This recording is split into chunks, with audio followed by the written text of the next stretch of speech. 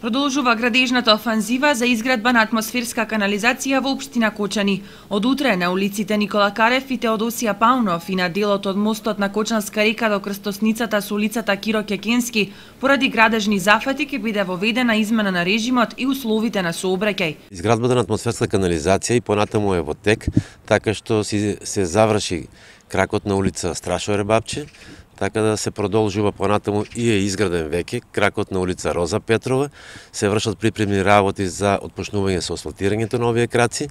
а исто така од утре ќе се отпочне и изградбата на новиот крак, кој што се наоѓа по улицата Никола Карев пред војниот одсек и продолжува понатаму по улицата Теодосија Паунов. Бидејќи оваа улица е една од пофреквентните, како што знаете, овде ни се наоѓа и кружниот ток, во наредните денови се очекува да има и измена на режимот на сообраќај на овие улици, така што ќе бидете дополнително известени за настанатата измена на одвивање на режимот